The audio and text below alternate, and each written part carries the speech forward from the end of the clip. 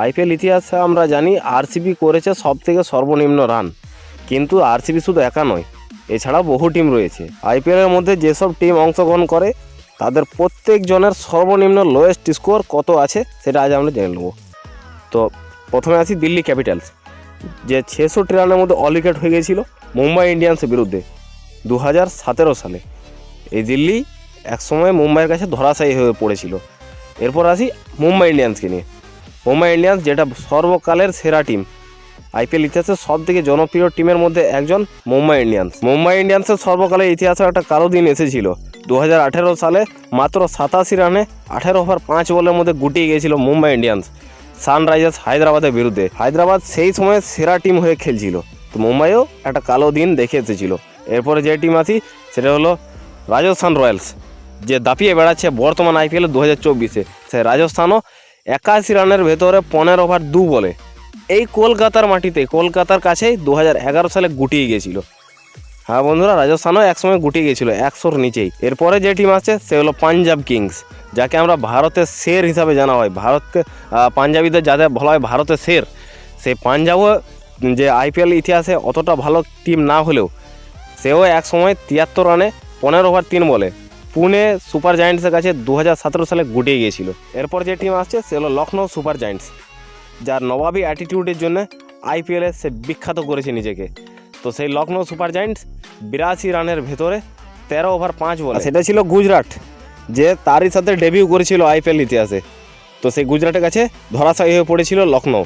বন্ধুরা, তোমাদের কাছে একটা ছোট রিকোয়েস্ট, যদি ভিডিওতে নতুন হয়ে থাকো বা চ্যানেলে নতুন এসে থাকো তো প্লিজ চ্যানেলটাকে লাইক আর সাবস্ক্রাইব করে দিও। তো এরপরে যার আসছি সে হলো Kolkata Knight Riders. Kolkata Knight রাইডার্সের কপালেও একটা কালো দিন ছিল। 67 রানের ভেতরে 10 উইকেট হারিয়ে ফেলেছিল 15 ওভার 2 বলে মুম্বাই ইন্ডিয়ান্সের কাছে। সালটা ছিল 2008 সাল, যে টাইমে সৌরভ গাঙ্গুলির নেতৃত্বে খেলছিল কলকাতা নাইট রাইডার্স। এবারে যে টিম আসছে সে হলো গুজরাট টাইটান্স। সে 3 বছর আইপিএল ক্যারিয়ারের মধ্যে 1 বছর চ্যাম্পিয়ন, 2nd বছর রানার্স, কিন্তু এই বছরে সংঘর্ষ করতে দেখা যাচ্ছে গুজরাট টাইটান্সকে। গতকাল ধরাশায়ী হয়ে পড়ে গুজরাটের টিম দিল্লি ক্যাপিটালসের কাছে 89 রানে 17 ওভার 3 বলের মধ্যে গুটিয়ে যায় গুজরাট টাইটান্সের মতো টিম। এবার যে টিম আসছে সে হলো চেন্নাই সুপার কিংস, যাকে আমরা এক নামে সিএসকে নামে চিনি। আইপিএলের সফল টিমের মধ্যে একটা চেন্নাই সুপার কিংস, সেও ধরাশায়ী হয়ে পড়েছিল 79 রানে মুম্বাই ইন্ডিয়ান্সের কাছে 2013 সালে গুটিয়ে গিয়েছিল চেন্নাইয়ের মতো টিম। 2024-এ একের পর এক রেকর্ড ভেঙে দিচ্ছে হায়দ্রাবাদ টিম। তো সেই সানরাইজার্স হায়দ্রাবাদ, তারও কপালে জুটেছে একটা কালো দিন। 82 রানের ভেতরে 17 ওভার 2 বলে রয়্যাল চ্যালেঞ্জার্স ব্যাঙ্গালোর কাছে 2010 সালে ধরাশায়ী হয়ে পড়েছিল সানরাইজার্স হায়দ্রাবাদের টিম। এরপরে সব থেকে হাইয়েস্টে যে আছে, সবথেকে টপে যে রান করে সে হলো রয়্যাল চ্যালেঞ্জার্স ব্যাঙ্গালোর। তার ইতিহাস আমরা সবাই জানি, কলকাতার কাছে এসে 49 রানে অল উইকেট হয়ে গিয়েছিল আইপিএল ইতিহাসে। সেটাই নিম্ন রানের রেকর্ড, সেটা 9 ওভার 4 বলে হয়েছিল 2017 সালে।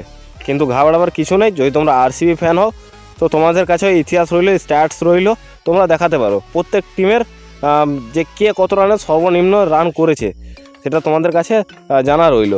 তো যদি তোমরা ভিডিওতে এতক্ষণ পর্যন্ত দেখে থাকো আর ভিডিওটি যদি ভালো লেগে থাকে তাহলে একটা লাইক আর একটা সাবস্ক্রাইব করে যেও। আর জড়িত থাকো আমাদের চ্যানেলের সাথে, তোমরা রেগুলার ক্রিকেট রিলেটেড নতুন নতুন আপডেট পেতে থাকবে আর বিভিন্ন ধরনের ক্রিকেট রিলেটেড জিনিস তোমরা জানতে পারবে। আইপিএল দেখতে থাকো, এনজয় করো আইপিএল, আর টিম ইন্ডিয়াকে সাপোর্ট করতে থাকো। ধন্যবাদ।